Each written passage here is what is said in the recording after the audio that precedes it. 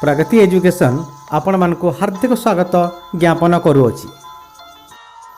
एही भिडियो रे आपण माने देखिबाकू पाइबे स्वभाव कवि गंगाधरंग उपरे एक सुंदर आलेख्य अमृतर संतान कवि गंगाधर। यह आपण मानकु उभय प्रबंध लिखन और स्वभाव कवि गंगाधरंग उपरे एक संक्षिप्त भाषण प्रदान निमंते खूब उपयोगी साब्यस्त हो बोली आमर आशा और विश्वास। विश्व देख मधुमय रे जीवन, विश्व देख मधुमय, विश्व देख मधुमय रे जीवन, विश्व देख मधुमय, मधुर झरण करिब हरण, तो पाप मरण भय रे जीवन, विश्व देख मधुमय, विश्व देख मधुमय। जीवनर सकल दुख जंत्रणा ग्लानी अवसाद आशा और आशंका भितर भी जीए निरंतर गाई चली अमृतर गीतिका सी आउ कहीं नुहंती ओडिया साहित्य जगतर मौड़मणि, ओडिया साहित्य काशर एक उज्ज्वलतम नक्षत्र स्वभाव कवि रंगाजीव गंगाधर।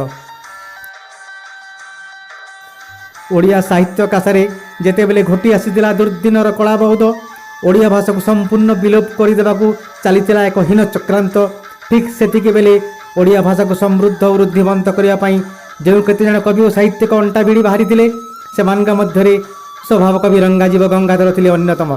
स्वकीय साधना बल कवि गंगाधर ओडिया काव्य जगत को देइथिले अनेक अनन्य उपहार और करथिले सुश्री और स्वभाविमंडित। एही महामहिम तथा ओडिशा जननीर एक सुयोग्य संतान स्वभाव कवि गंगाधर जन्म हुए 1862 मसीह अविभक्त संबलपुर जिला तथा अधुनातन बरगढ़ जिलार एक अख्यातपल्ली बरपल्ली ठारे गोटे गरीब तंतबाय परिवार में जन्मग्रहण करथिबा हेतु तांकर समग्र जीवन थिला संघर्षमय। दारिद्र्यर कषाघात और दुख जंजालर उत्पीड़न किंतु तांको जीवन पथरे केबे हेले अंतराय साजी पारि नथिला। जीवन युद्ध से केबे हारी जाई नथिले। अन्य अर्थ रे कहिबाकू गेले विश्व दुनिया रे से थिले अमृतर संधानी।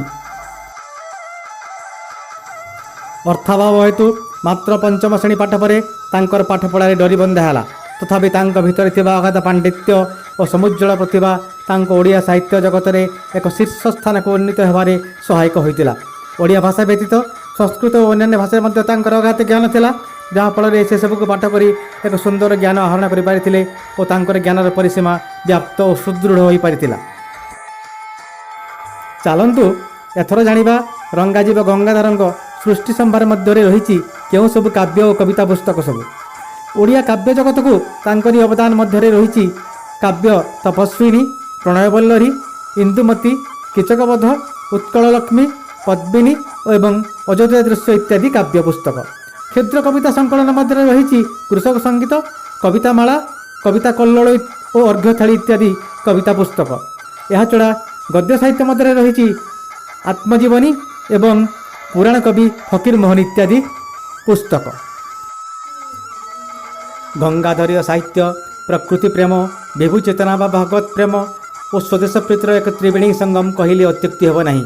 तांकरी साहित्य रे प्रकृति जेते जीवंत भाव चित्रित सम परिमाण रे देश प्रेमर स्वच्छ सलिल धारा तांको साहित्यार छत्रे छत्रे प्रवाहित। अनुरूप भावे सर्वशक्तिमान ईश्वरंग प्रति कविंग प्रेम और समर्पित मनोभाव परिदृष्ट होई तांकरी साहित्य रे तांकरी सृष्टि संभार रे।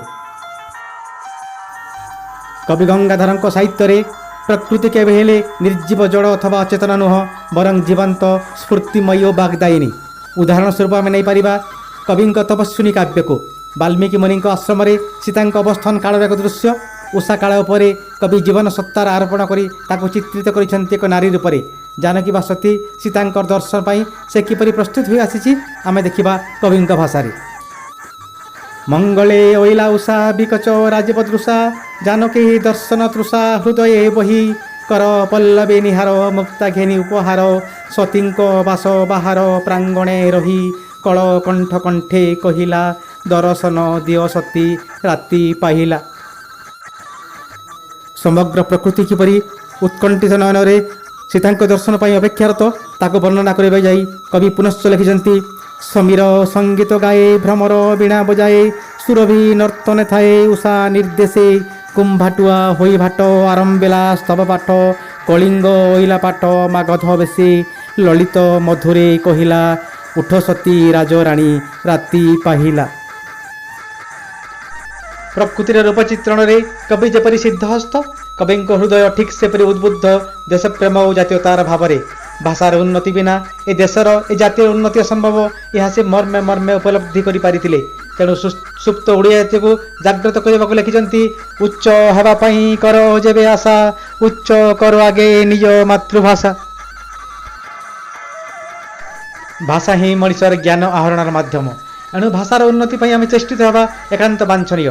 जार भाषा दुर्बल से केबे भी उन्नति करि पारेना, जार भाषा दुर्बल से केबे भी आगको बढ़ी पारेना। कविଙ୍କ भाषारे जा भाषा दुर्बला से निश्चय अधम काहू हेब आन प्रति योगेक्षम। प्रकृति प्रेम और देश प्रेम व्यतीत कविଙ୍କ जीवन आउ एक दिग थिला विभु चेतना बा भगवत प्रेम। मंगलमय करुणा निधान भगवान प्रति कविଙ୍କ भक्ति थिला अगाध और अपरिसीम। कविଙ୍କ दृष्टि रे ए सकल विश्व ब्रह्मांड तांकरी सृजन मात्र, आउ ए सिंधु बा समुद्र तार केवल एक अंश विशेष। तेणु कवि से भगवान को सिंधु सह तुलना करने को यथोचित मनी नाहांती। कविଙ୍କ भाषारे विश्व जीवन हे तुम्बंकु करुणा सिंधु बोलिबाकु मन बोलू नाही जेणु सिंधु तब कृपा बिंदु सिंधु तब कृपा बिंदु।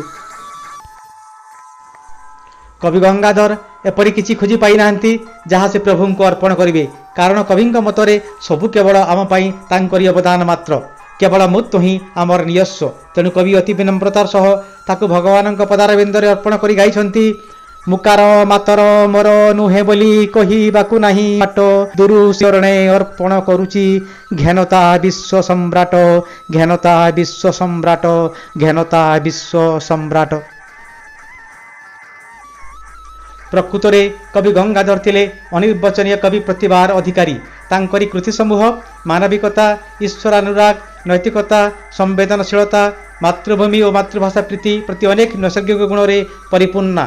तांकर प्रत्येक काव्य कविता भाषार सौंदर्य भावर गांभीर्य तथा अंत सौंदर्य विमंडिता, जार पठन पाठक प्रणाली सृष्टि करी अपूर्व पुलक अद्भुत उन्मादना एवं मनीष को किसी समय पाई नहीं जाए एक अतीन्द्रिय राज्य को।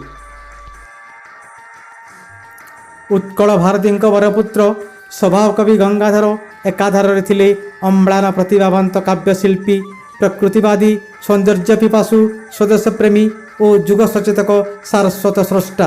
केवल ओडिया साहित्य कहीं विश्व साहित्य दरबार में से सम्मान लाभ करने को योग्य अटंती, यह सतत स्वीकार्य।